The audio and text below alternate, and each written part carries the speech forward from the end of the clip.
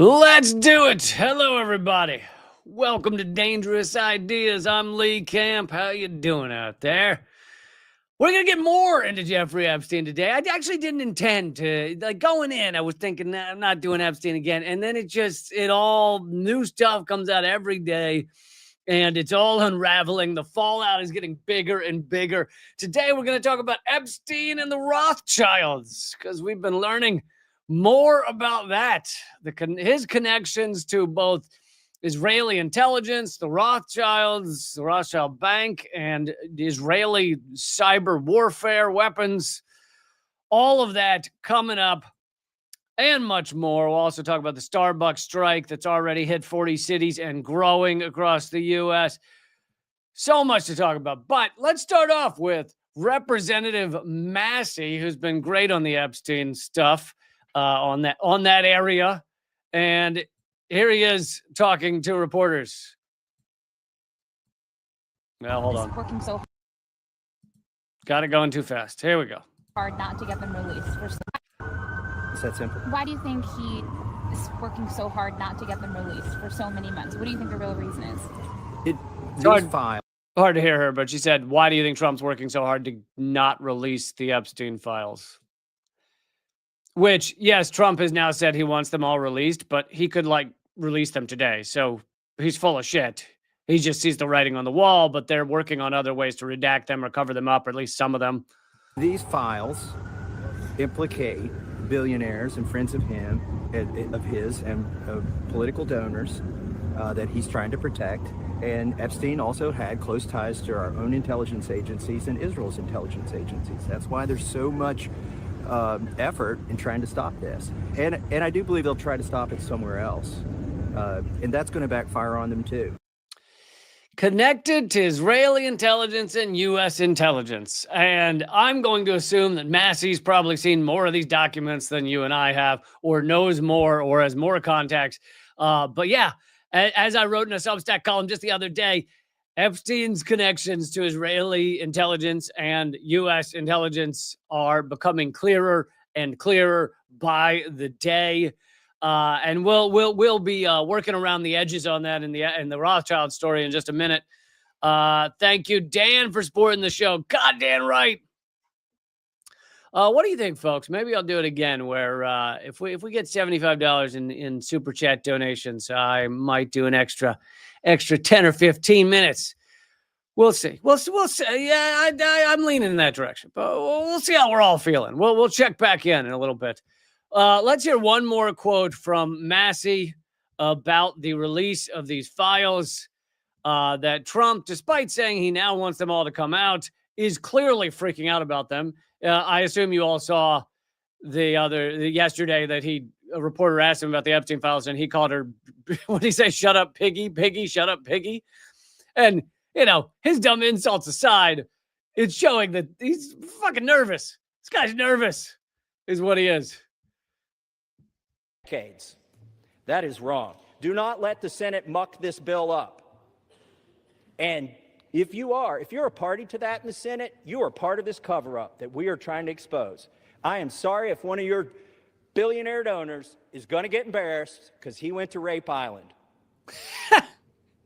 That is what they have coming. In fact, they need to be on the other side of bars, a lot of them. Some of them will be embarrassed. But some of them need to go to prison, and the survivors know that. So how will we know if this bill has been successful? We will know when there are men, rich men, in handcuffs being perp-walked to the jail. And until then, this is still a cover-up. Decades. Goddamn right. On this one, I'm on Massey's side. Until we see very rich people being perp-walked. And let's remember, Trump already has essentially a rape conviction on his record. He was convicted or whatever. He was found to have libeled the woman because he said that she was telling lies about him when she was saying that he sexually assaulted her. He's already got this stuff on his record. He should be perp walked. I don't know if that's what Massey meant, but seems Seems pretty clear. Thank you for a mustache for supporting the show. Really appreciate it. But he's right. Unless you see billionaires being perp walked into prisons, this is not really going to be over. Now, the U.S. ruling elite have multiple different ways of defending themselves. One is to cover everything up. Another is to make sure that Epstein chose to take his life while in prison because he might have other things to say. Another is to make sure that Epstein's associate Maxwell gets prime treatment in prison so that she doesn't say anything they might not like. Another is to make sure that also one of the top most public accusers, Virginia Giuffre, decides to take her life a month after being hit by a bus and surviving. There's certain ways that they make sure this stuff doesn't come out, but it just keeps rolling downhill. It keeps building. And we are already seeing the fallout on rather powerful people.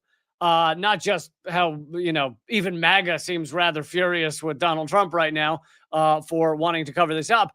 But as mentioned in previous shows, Larry Summers, the former Obama Treasury Secretary, the email is showing him being buddy-buddy with Epstein after Epstein's conviction for pedophilia and other crimes. He has stepped back from all public appearances, except someone filmed him because he's a professor at Harvard, and someone filmed his opening remarks. I think this might have been yesterday, but what he said to his class right when he started. This is Larry Summers, former Treasury Secretary. Some of you will have seen my statement of regret. And I know for those of you listening to the podcast, it's going to be hard to hear, but he says, some of you saw my statement of regret. Expressing my shame with respect to what I did in communication with Mr. Epstein, and that I've said that I'm going to step back from public activities. You notice the way he phrased that. He said, my regret in my communication with Mr. Epstein. Yeah, people are just worried about your communication with Epstein. Not that you might have had other reasons for being really close buddies with Epstein. Just the emails you sent. That's all we're upset about. We don't think anything else went on. I'm sure it was just emails. It was like pen pal relationship type of thing. Probably most of the time you guys wrote it out on little pieces of paper with little hearts and roses on it. And I assume that's most of what it was. But yeah, it was just communication, right? That we're upset about, or people are upset about. But for a time, but I think it's very important to fulfill my teaching obligations. And so, with your permission, we're going to go forward and talk about the material. He says, but I think it's important to fulfill my teaching obligations. Have no fear, folks. I've just been found out due to documents that I never wanted to see the light of day. I've been found out to have been close, confidant, buddy with a well-known intelligence asset, convicted pedophile, ran one of the largest sex trafficking rings maybe that's never existed. And but I think it's important, though, that I keep being your professor. That's very important. So let's just get back to the topic at hand. Let's not talk about Epstein anymore. But outside of continuing to teach his classes, he has stepped back from all other public duties. So you are starting to see heads roll from the connections to Epstein. But I want to get to this latest from Dropsite News. And Dropsite News has been, there's various outlets that have been good on trying to bring you information about Epstein. Even outlets like CNN have been fairly good on trying to bring you information between Epstein and Trump, or connections between Epstein and Trump. What they're not good at is connections between Epstein and Israel, Epstein and Israeli intelligence, Epstein and other things such as the Rothschilds. So Dropsite has been very good on those fronts. And I wrote an article that tried to take as much of that information in. It's over at Substack, realleecamp.substack.com. You can read it for free. But this latest one, which Dropsite just put out today, is Epstein, all about Epstein's connections to the Rothschild family, mainly Ariane de Rothschild. And let's get into some of it. Here's a photo of Epstein with Ariane de Rothschild. And they start out by saying in July 31st, 2019. So this is like 11 years after Epstein was in prison, pretend prison where you could come and go when you wanted to, after being convicted for pedophilia and other crimes like prostitution. But so 2019, just 11 days before Epstein was found dead in his Manhattan prison cell, his connection to the Rothschild banking dynasty became the subject of a public controversy. Anonymous sources informed Bloomberg of a 2015 visit to Epstein's New York mansion by Baroness Ariane de Rothschild, the CEO of Edmund de Rothschild Group, a storied private bank and one of the largest Swiss financial institution by assets under management. And I looked up its assets under management, and they're around 200 billion US dollars. Truly an unfathomable amount, and somehow only half of what Elon Musk is supposedly worth. But these are dystopian times, aren't they, friends? 4 years later, after Epstein's meeting calendars were leaked to the Wall Street Journal, the bank finally admitted that de Rothschild had met with Epstein as part of her normal duties at the bank between 2013 and 2019. So, regular meetings with Epstein. Now, was she involved with the sex trafficking part of things? I don't think so.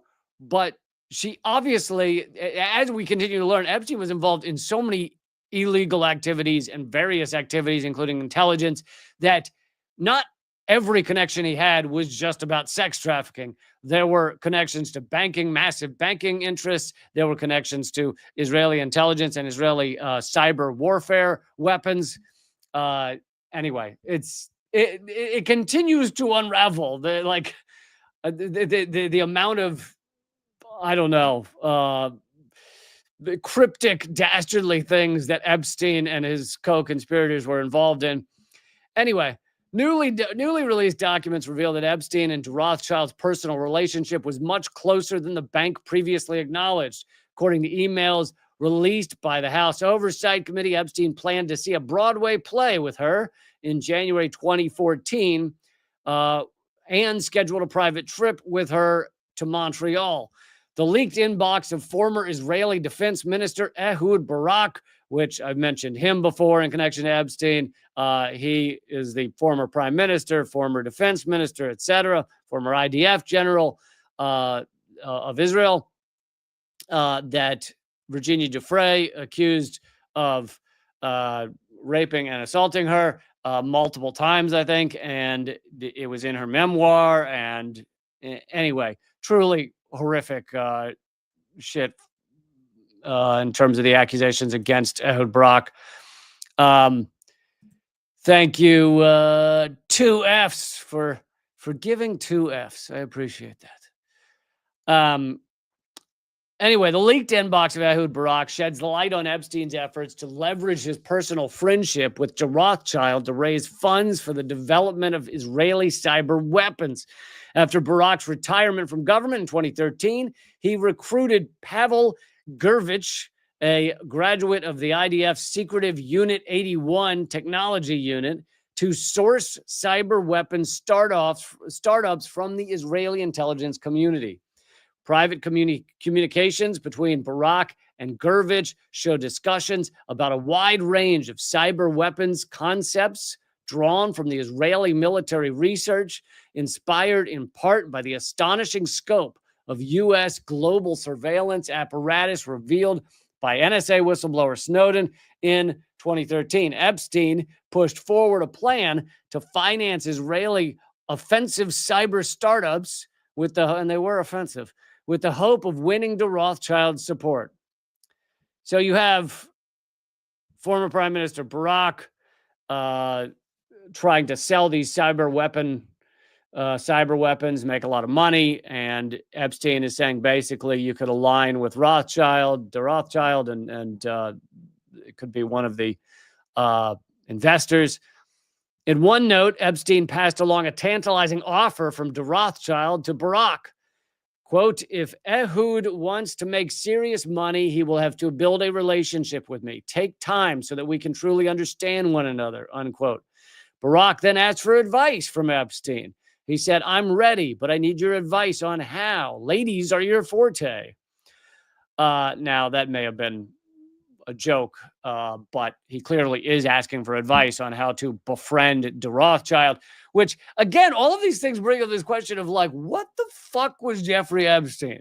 He's like considered this guru that knows how to become friends with the richest people in the world, but also knows how to sell cyber weapons to various countries, but also knows how to broker backroom deals between Russia and Israel in terms of Syria, but also knows how to set up a security agreement between Israel and Mongolia. Like, the list just keeps going on and on. And Epstein, does he actually know how to do these things? Or is it just that people like Barack want to, have connection with him because they know it means they can R-word children? And yes, someone in the chat, Multi-Tom-Tom, is saying Les Wexner bankrolled Epstein. I talk about that. Les Wexner, best known maybe as the owner of Victoria's Secret, the creepy creepazoid sleazeball owner of Victoria's Secret. Long was the mentor and funder of Epstein. But anyway, that's in my Substack article as well. It's not clear whether the Rothschild Bank ultimately participated directly in Epstein and Barak's cyber weapons efforts. But in 2015, de Rothschild negotiated a $25 million contract with Epstein's Southern Trust Company, the same entity Epstein used to fund Barak's intelligence-linked security startup, Reporty Homeland Security, now known as Carbine, earlier that year. According to a proposal reviewed by the Wall Street Journal, the multi-million-dollar contract was for risk analysis and the application and use of certain algorithms. In an email exchange in 2018 with it is amazing how close to today these things, like, people knew the truth about Epstein. I was reporting on, even it's not like I have investigative reporting resources, but even I was reporting on Epstein, his connections to Trump, his connections to Bill Clinton, way before 2018. Let's see, Redacted Night started 2014. I was probably reporting on it 2015, 2016. So it's like you could turn on an episode of Redacted tonight and hear me talk about Jeffrey Epstein, and yet you've got people like the former Obama White House lead counsel, so lawyer at the Obama White House, Catherine Rumler, still good friends, working with Epstein throughout all this.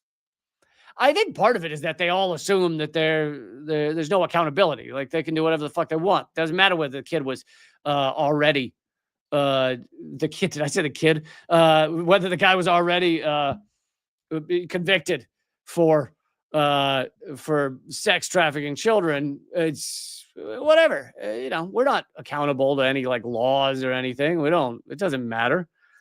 Anyway, so in 2018, in an email exchange with Obama White House lawyer Catherine Rumler, Epstein gossiped about de Rothschild's marital issues with Benjamin de Rothschild, who is the heir to the Rothschild fortune. He wrote to Rumler, Ariane said Ben has given her a hard time, did not know about the tattoo. She said he wants her to do wife things, barf. Rumler met Epstein on behalf of the Rothschild Bank. So you have former Obama counsel sitting down with Epstein to be a lawyer for the Rothschild Bank, and he's asking if she'd be willing to represent them in an ongoing Department of Justice investigation into money laundering and tax evasion. Rumler accepted and helped them negotiate a non-prosecution agreement. But of course, so this is backroom dealing so that the Rothschilds can pay basically to them a parking ticket for their money laundering and tax evasion, and that's what ended up happening. So, but what is Epstein in it? Epstein's like a middleman. Like, he's kind of working for the Rothschild Bank. Like, the Rothschild Bank sent him to hammer out this deal with Rumler. Like, how much does he get paid for that kind of shit?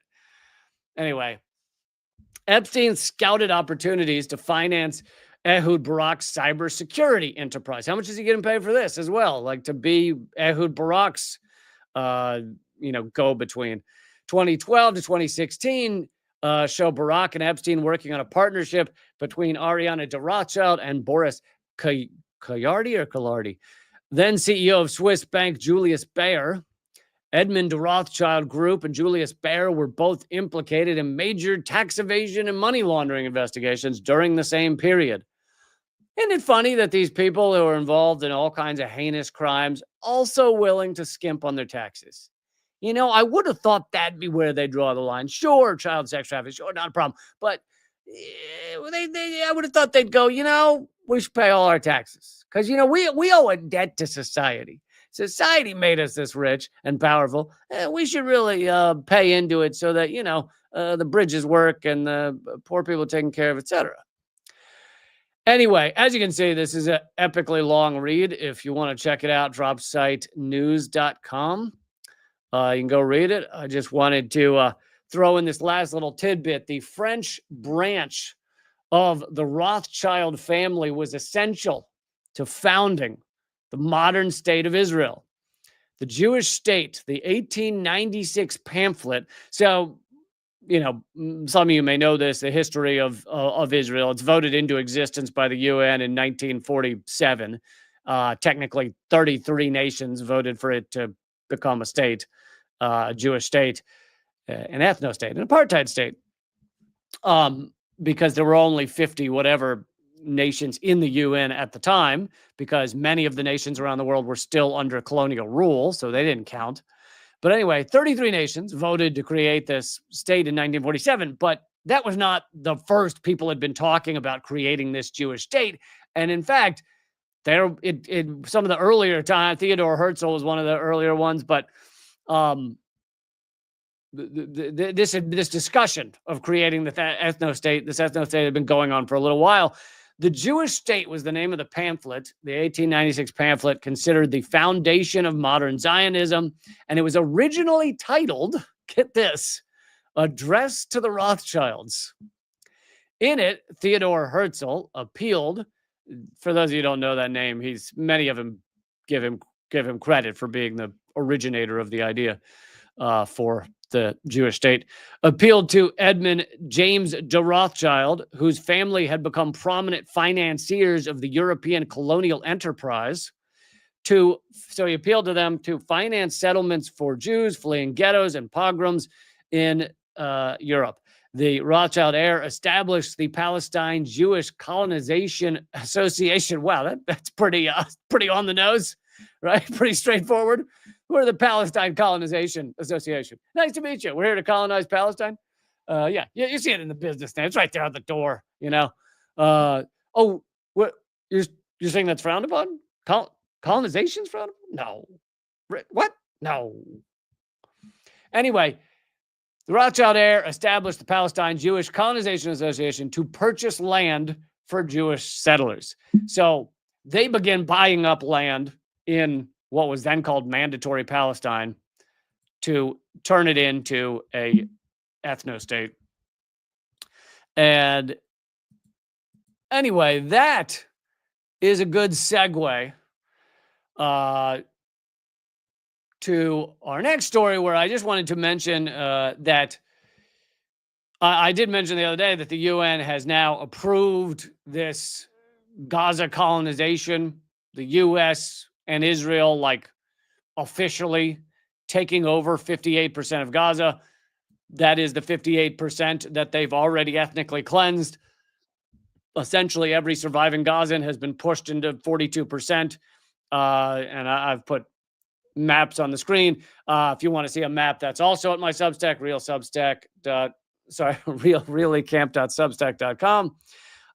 Let's see, I'll pull it up here so you can see it. But the UN approved this. China and Russia abstained. And this is, it's basically just agreeing that the ethnic cleansing is fine and acceptable, and we're going to approve it. And on this map, everything in green is being stolen by the U.S. and Israel. Everything in red is where the surviving Gazans have been forced, which is, again, 42% of Gaza. And on top of that, internal military plans published by The Guardian show that the area in red, basically where every Gazan is, will just be left in ruins. Their lives will continue to be shattered. There will be very little to no rebuilding allowed, very little food allowed. Meanwhile, the green area that has already been ethnically cleansed will see Trump's grand rebuilding, where he turns it into Dubai and makes tons of money from real estate. Him and Kushner and the others enrich themselves. So that is what the UN just approved. For more details about it, go check out my Substack. But an ex-UN official has decried the resolution backing the Gaza force as a colonial outrage. Former senior UN human rights official has denounced the Security Council's adoption of a resolution backing a U.S. plan for foreign forces and governance in Gaza, calling it a colonial outrage. Craig Mockiber, former director of the New York office of the UN High Commissioner for Human Rights, described the vote as a day of shame for the UN and accused governments worldwide of being on their knees before the U.S. empire and its violent Israeli client. Do you think he means being on knees like kissing the ring, or do you think he means being on your knees as in kissing the knob? Which do you think this former UN human rights official was referencing when he said everyone's on their knees for the U.S. empire? He criticized the horrific resolution as a violation of international law. This proposal has been rejected by Palestinian civil society and factions, as well as by defenders of human rights and international law everywhere. Because it is like there's a difference between what Israel was doing, which is genocide, and this, in that this has been approved by the UN. So this is ethnic cleansing approved by the UN. Whereas, and I'm not saying that the UN did a lot to stop the genocide. Clearly they haven't. Clearly they've failed. So I'm not saying they were fucking hero. They weren't bravehearting it up on the, running with swords to stop Israel from being genociders. No, I'm not saying that, but there's a key difference here. Everything Israel was doing was at minimum frowned upon by the UN, at times angrily rebuked by the UN. Now you have ethnic cleansing, an ethnic cleansing plan that says we are taking over 58% of this. We're going to fill it with international, quote unquote, peacekeepers, which means idiots with guns, pointed in the general vicinity of Palestinians. And we are going to rebuild it and enrich ourselves from it. And yeah, there are mentions of Gazans could, maybe come back in some way. But the truth is, anyone with half a brain cell knows that what they're talking about would be years down the road, 10, 20 years, they start letting some Gazans back into this colonized area. But on top of that, as has been said multiple times in these plans, these would be the most, quote unquote, sophisticated smart cities in the world. Why would they want to make them the most sophisticated smart cities in the world run by Israel? Do you think it's because they hope that the Gazans will come back and have a lot of life, a luxury, be able to just hang out and enjoy it? Or do you think it's the greatest surveillance that the world has ever known? There will not be an inch of these cities that isn't monitored carefully, and every person facial recognitioned up the ass. And yes, I believe I'm the first person to ever say facial recognitioned up the ass. Okay, this will be hardcore facial recognition up the backside, and they have the technology to do it. Used to be you couldn't facial recognize up the backside, but now they can do it. So, yeah, this is straight up colonization. It's straight up ethnic cleansing approved by the UN. only 2 countries even abstained. And a lot of people are very angry with China and Russia for abstaining. Understandable. I see why you'd be upset about that. They could have stopped this. Other people are trying to give justifications like, I don't know, that something like, I don't even know. I didn't read up on the justifications because they seem like just justifications, but you know, China doesn't want to vote for the colonization, but they don't really want to piss off anybody either, or Russia feels the same. I don't know. But anyway, but this is amazing. This next clip. So speaking of colonizing, I have not heard of this guy, Ashok Kumar. He seems awesome. He's on one of these. I don't even know what country this is in, but I guess Britain. I assume, yeah, okay. So this must be in the UK. Anyway, for those of you listening to the podcast, this is your standard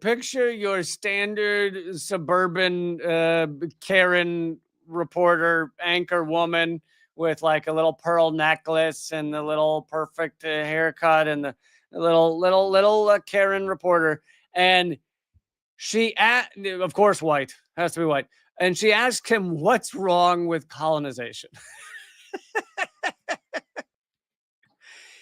And I think he deals with it pretty well. It's not just that it was enslavement. It was also the colonialism that occurred well into the 20th century. Why is colonialism bad? You don't think colonialism is bad? No, I'm asking you to answer the question. I'll answer. I love how her response is a genuine question. Yeah, yelling a genuine question doesn't make you less dumb. That was one of the dumbest questions I've ever heard in my life. Why is colonization bad? Why is stealing other people's land bad? Why is it bad for a more powerful country with bigger guns to come and steal everyone's land? Why is that bad? Anyway, here's his response. What's the question? I'll answer the question if you'll give me a moment. When Britain, for example, began its colonization of India in the 1700s, just an example, 27% of the world's GDP. India had 27% of the world's GDP. By the time India left, Britain left 200 years later, after millions had been starved to death in colonial-driven famines like in West Bengal and in Madras and other places, and theft, in 1947, India had 3% of global GDP. 90% of people were living below the poverty line, a literacy rate of 17%, and a life expectancy because before of 27. colonialism, everything was great. That's not what I'm arguing. No, what I'm it is arguing No, it's really not what he's arguing. He was saying, God, she's so repulsive. He was saying that things got a lot worse. And of course, what he started talking about GDP, he mentioned the million people starving to death, but he's talking about GDP. And of course, why did the GDP go from 27% to 3%? The reason is because the whole point of colonization is a raping and pillaging of the resources. That's what it is. The resources, sometimes the labor, sometimes the people, sometimes just the land, go and build your own house on the land, all of those things. Pillaging of all of it, stealing of all of it. I don't remember the exact number, but the studies have been done on the amount of wealth that have been stolen from the global south and extracted into the hands of the global north, mainly the west. And that number is multi-trillions of dollars, many trillions of dollars worth of extraction from the global south, from those who have been colonized to the colonizers. And so, I mean, honestly, like asking that question, what's wrong with colonizing, is equivalent to saying what's wrong with going over your neighbor's house and stealing everything they have and maybe sexually assaulting everyone and possibly killing their children and possibly starving their family to death. What's wrong? What's the problem with that? I don't like. What's the issue? That's not what I'm arguing. No, what but I'm it is what arguing you're is it was arguing. theft. No, but You're you're saying defending colonialism made it worse. I mean, other countries are getting richer, so obviously they'd have a smaller percentage of colonialism wealth. is good. I think she was realizing by the end there that she sounded horrific, like a fucking monster that she is. And so she just realized she needed to talk over him because it wasn't getting better. It wasn't going to get any better at that point. All right. I want to move on to the Starbucks strike. Oh, actually, you know what? Let me make sure and get this in there because I want to draw attention to this before we get Starbucks. Mint Press News. I worked for them for a year. They do amazing work. They're probably the best, if not one of the best or to say that, I said that backwards. They're possibly one of the best, if not the best, pro-Palestine outlets, always doing amazing work. Alan McLeod, lucky to be friendly with him, but also one of the best writers out there, an investigative journalist, low key for a long time was with Mint Press. Just awesome people. Greg Stoker, who was in the Gaza flotilla, is part of Mint Press. Always doing awesome work. I did shows with them for my show. Most Censored News was on there for a year. And anyway, their biggest platform of everything they do is Instagram. They have worked for years to build up their Instagram. They have a large Instagram following, and they have now been suspended with the possibility of having their account deleted. And I'll read what they posted. Instagram has suspended our Mint Press News account. This is an attack on journalism and the free press. Mint Press News is a leading 14-year-old independent investigative news outlet exposing the architects of the U.S. forever war machine. Our news outlet is run by me, Manar Adley, a Palestinian-American journalist and a survivor of Israeli occupation and apartheid. We have an incredible team with the best investigative journalists and truth tellers. Alan McLeod, Greg Stoker, Low Key, Robert Inlakesh, and Carlos Latoff, and many more. Lee Camp for a year. Honestly, there was a year there where Mint Press was just like the best outlet. For some reason, it was the year Lee Camp was there. I don't know who's saying that. Who's saying that shit? That's weird. Who just said that? We had close to 300,000 followers on Instagram, and we have close to 600,000 on Facebook. And we don't report on anything without receipts, citations, and sources. But we know that our journalism is a target by Meta. I don't know why I said it that way, but Meta, the owner of Facebook and Instagram, whom we've exposed to have a close relationship with Israeli and U.S. intelligence. Yeah, Alan McLeod specifically has done amazing work on exposing just how many Israeli intelligence officers ultimately are hired by Meta. It's like crazy. We've uncovered hundreds of veterans from Israel's elite military unit, 8,200, working inside of Meta and managing content moderation. This is the same military unit that created NSO's Pegasus to spy on activists and was used by Saudi Arabia to track and kill Jamal Khashoggi. And we can't forget how Meta's Israel policy chief, Jordana Cutler, takes direct orders from the state of Israel to target, censor, and delete pro-Palestine content on the platform, content that exposes Israeli apartheid and its crimes against humanity. Meta did not tell us why we were suspended, but luckily gave us an option to appeal, but I'm not sure if we will get our page back. We will see what happens next. Please pressure Meta and Zuck to get our page back. So for those of you out there, if you have Twitter or even Instagram, but Facebook, maybe repost this stuff by Mint Press, show some support, and hopefully they will get their page back. This seems to be part of a larger push because I have another friend who had a large page on Facebook, and essentially the same day, and also for posting something that was pro-Palestinian, their page also banned with the right to appeal. So we'll see if the appeal works. Often those appeals don't work. I was banned from TikTok with no right to appeal and no reason. Just gone. Just page gone, done, nothing. For talking about Gaza. That was a year and a half, though. Year and a half ago. Anyway, the suppression continues, folks.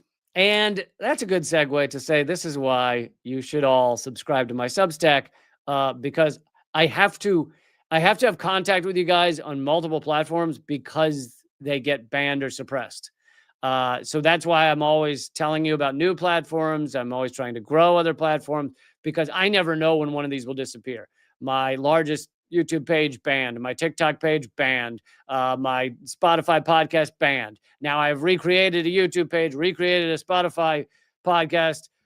So I do recreate these things, but there's no way for me to tell you about the new one if you were only following me on the one that was banned. So help me also fight these things. And you can follow Mint Press on multiple pages so you don't lose them as well.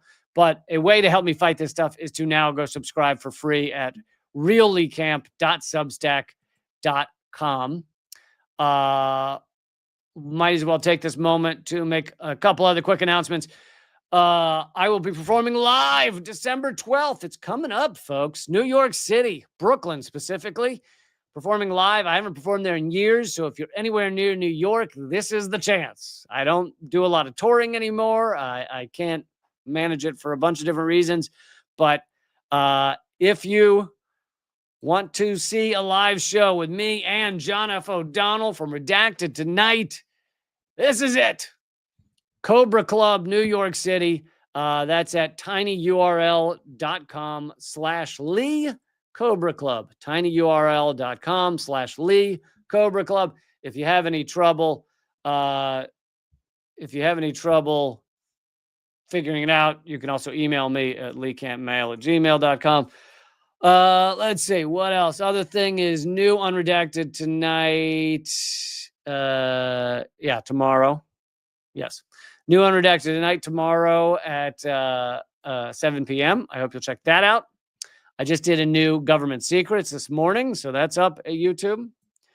And then I should see you Friday for a live stream as well. But okay, let's keep going with some more stories here. Starbucks, massive Starbucks strike across the United States, 40 cities already involved. Here is from The Guardian. Unionized Starbucks workers are threatening to expand a U.S. strike against the world's biggest coffee chain and frequent patron of child labor. Another fun fact. Coffee chain into the and lover of Israel, the former CEO founder of Starbucks, huge Israel fan, has been given like Israel's top civilian honor, just does everything he can to support genocide. So just know that when you support Starbucks, you get to support all of that as well, which is just, it's nice to be able to support all that once. You know, sometimes you're like, oh, I gotta support my coffee people over here. I gotta support my child labor over here. I gotta support my crazy environmental destruction where they have to throw out 900 bags of garbage at one location every 12 minutes. I have to support that over here at a separate place. I have to support genocide over here, another place. Sometimes it's just so confusing. And you're like, I wish someone would take all of these things I support and bundle them into one place so that I could support all of that at once. And Starbucks was like, hold my coffee. We got you. We got you. We'll support all of that at once.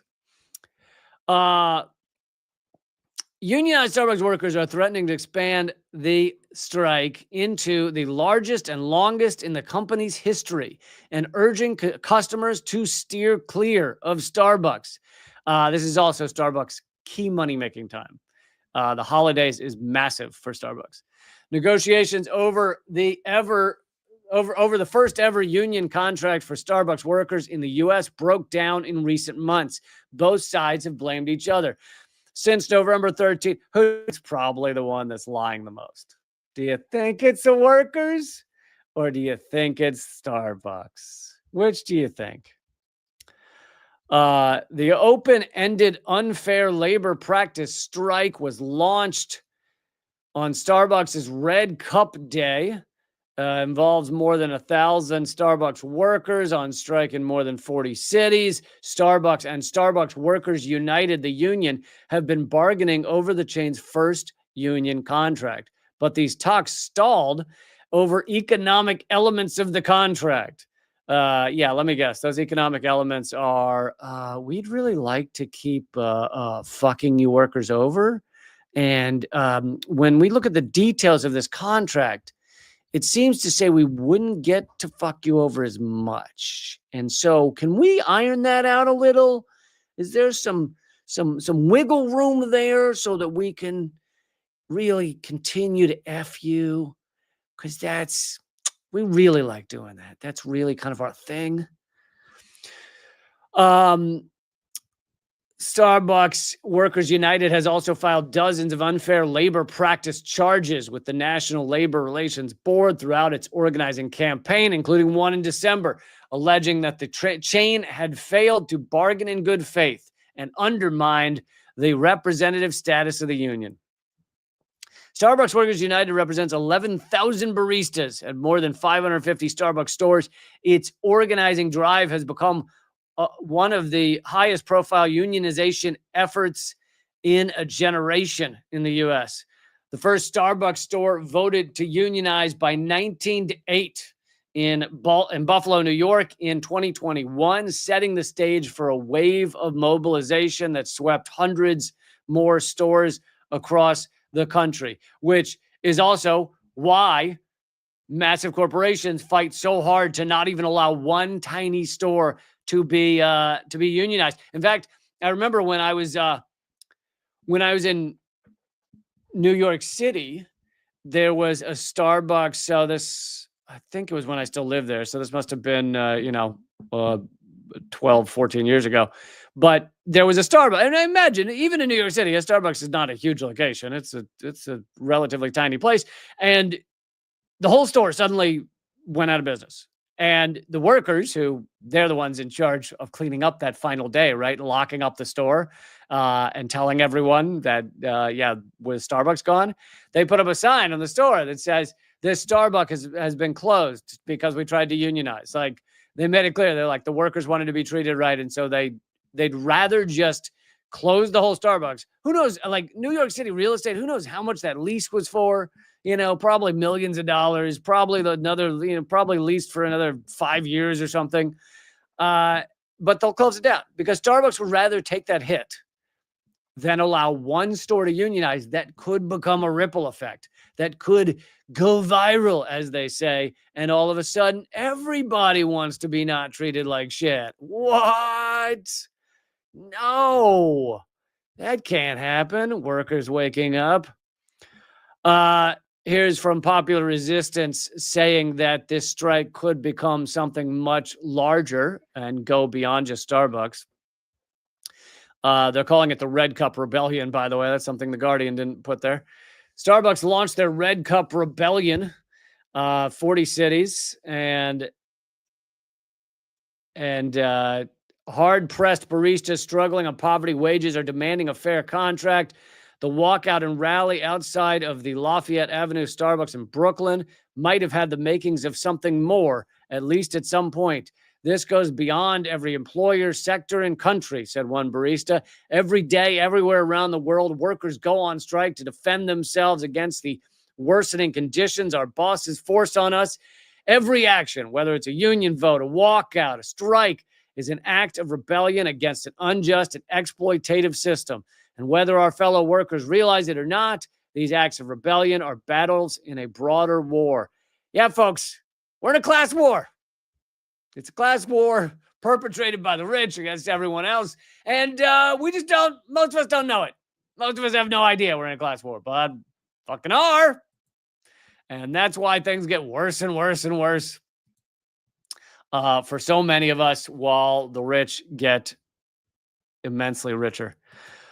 All right, got to show you this video of protesters standing up during a Van Jones event.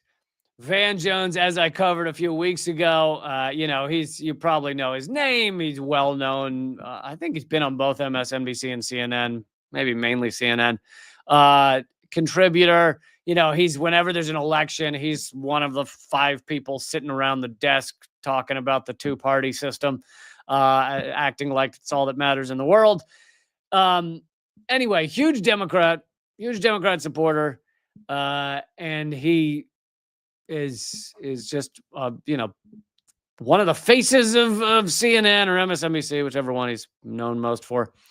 But a bit of a scandal recently where he went on Bill Maher and basically mocked dead babies in Gaza. The clip that went viral, oh, actually, they're going to show it, but the clip that went viral is him saying, the problem is that on TikTok, people see dead baby in Gaza, dead baby in Gaza, dead baby in Gaza, and then something about P. Diddy, and then more dead baby in Gaza. Like, basically, first of all, acting like it's funny. The whole crowd laughs. But then also just the idea that the problem is not that kids are being murdered in Gaza. The problem is that it's like people see it. Like it's ooey on your screens. The problem is not the reality. The problem is that the reality is being shown to people. Like it's so diluted and disgusting. And anyway, so he's being protested. For some odd reason, people didn't like that. And man, do they go after these protesters. It's crazy. Hold on. Sorry for the screaming. So you can't, I don't know how well you're going to be able to hear all the audio, but for those of you listening to the podcast, this is people standing up during the Van Jones event and calling him out. I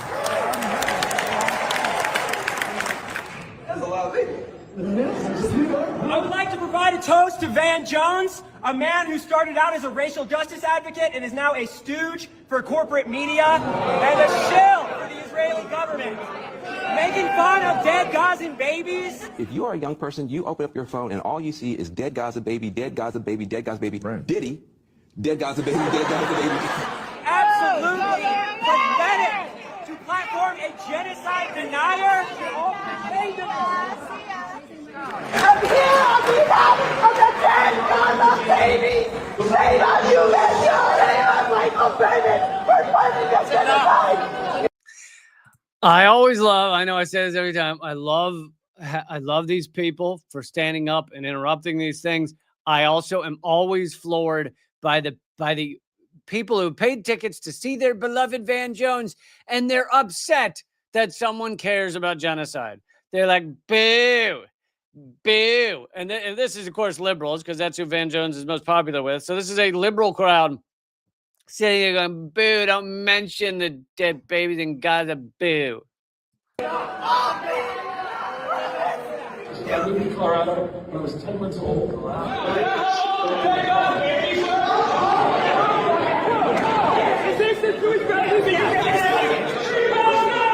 God bless them. But I got stuff I want to talk about. You can't be children! You can't be children! And these protesters are getting completely, essentially beaten. They're being, that one guy tried to slam his hand over her mouth. I mean, they're being assaulted in a variety of ways. Some of the people doing this are security. Some of them are clearly not security. This is just liberal people who really wanted Van Jones to talk, and these people interrupt him. So I'm going to assault anyone who interrupts it. I got a chance to spend a great deal of time in the whole thing. I got a chance to spend time in Gaza. Thank you, JSF, for feeding our community. Fuck you, Van Jones, for selling out. How much have you been paid? You're standing on the wrong side of history. You will be judged harshly. You talk about food security. Gazans are starving. Gazans are starving. So this is when they truly start to beat this guy. Especially this one older man who is yelling, shut the fuck up.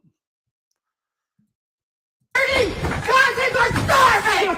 Gazans are starving! Shut the fuck up! Gazans are starving! Gazans are starving! You're on camera! You're on camera! Gazans are starving! Shut the fuck up! Gazans are starving! Gazans are starving! Gazans are starving! Gazans are starving! Because of people like Van Jones! Thank you for taking it down. Be quiet. It's time to go. It's time to go. We're going. It's time to go. We're going.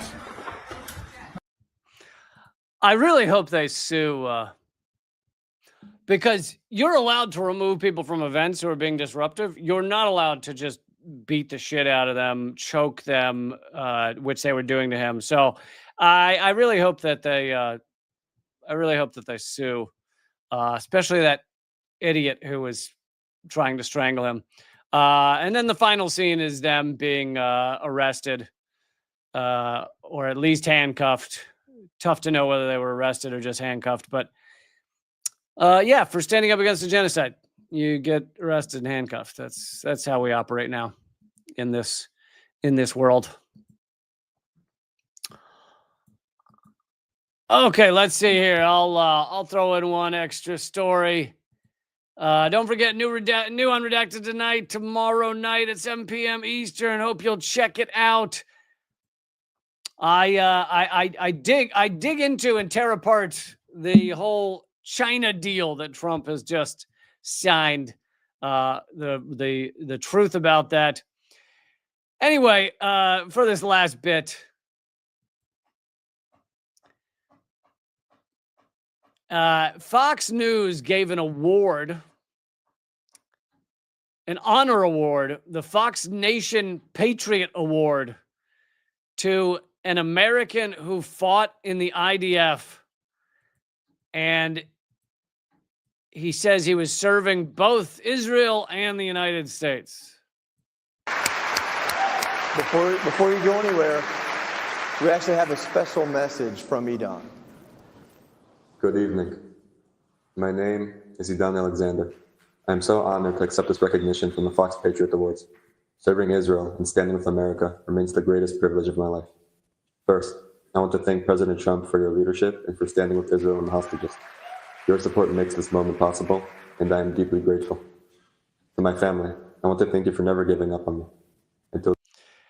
Anyway, this is obviously an American and Israeli citizen who says he fought for Israel and stands for America, or stands for Israel and fought for America, whatever the fuck he said. And he got a Fox News award. So does it tell you something about colonization, folks, and imperialism when the mainstream media is giving Patriot Awards? So this is Yay America. And on the stage there, they've got American flags all over the place. So this is America, America, America. We're giving an award, an American Patriot Award, to someone who fought for the IDF, fought for genocidal military that has killed hundreds of thousands. And they get a Patriot Award. Does that tell you something about imperialism, colonization, subjugation? Totally fucking horrific. Not that Fox, not that anything Fox does surprises me, but it is amazing to see them act like literally being a soldier in a foreign military is the same as being a soldier in the American military. What the flying fuck? Thank you, Dan, for supporting the show. Really appreciate it. Goddamn right. Hey, Dan, you gonna make it to the New York show? I don't know. I don't know where you live anymore. I feel like I ran into you in New York one time. But anyway, anybody who's in New York, I'll see you December 12th. I'm gonna run. Thank you for this excellent hour. I meant you guys did an excellent job. I'm not gonna do my own horn, but you guys did amazing. And yeah, see you tomorrow for Unredacted Tonight. And keep checking out Substack. I've been putting up regular columns. And keep fighting. Thanks, guys.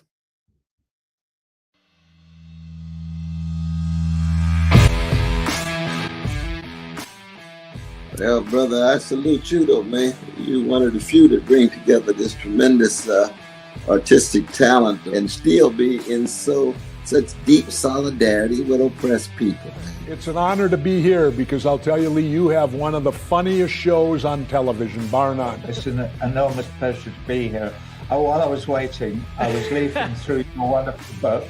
The same to you. I love your show. Be happy to come back anytime. Lee, this is one of the great honors of my long career, just to be in the same earth with you. I'm sure. We're just so blinded. We have so many blinders on because our society doesn't want us to know things.